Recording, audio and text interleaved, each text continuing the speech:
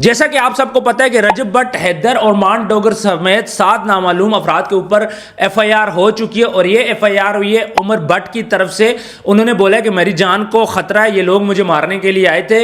रजब भट्ट और हैदर के ऊपर 9mm का पिस्टल पड़ा है, जबकि मान डोगर के ऊपर क्लाशनकोफ पड़ी है। उनके वकील मियां बिलाल एडवोकेट, जिन्होंने रजब भट्ट के पहले भी केस किया था, एक फेम हासिल करने के लिए एक सारा मामला चलाया था, वो उस टाइम पे उमर भट्ट के भी वकील हैं, जबकि तला रिव्यू के भी वकील हैं।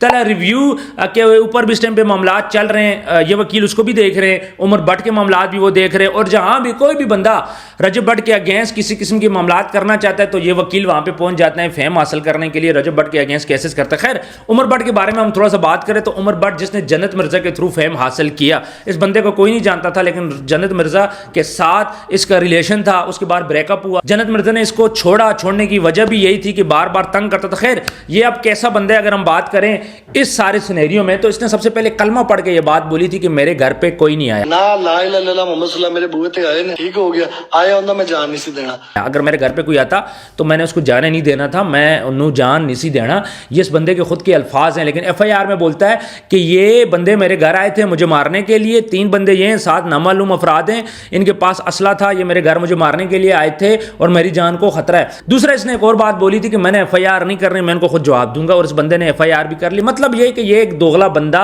साबित हो चुका है। ये बंदा, इसके बारे में ये भी बोला जाता है कि रजब भट्ट के ऊपर जो क्लाशनकोफ और जो शेर का बच्चा था वाइल्ड लाइफ की तरफ से केस हुआ, ये उसमें भी मुलव्वस है। ये रजब भट्ट की शादी में था, खाया पिया, पैसे फेंके, दोस्ती यारी थी।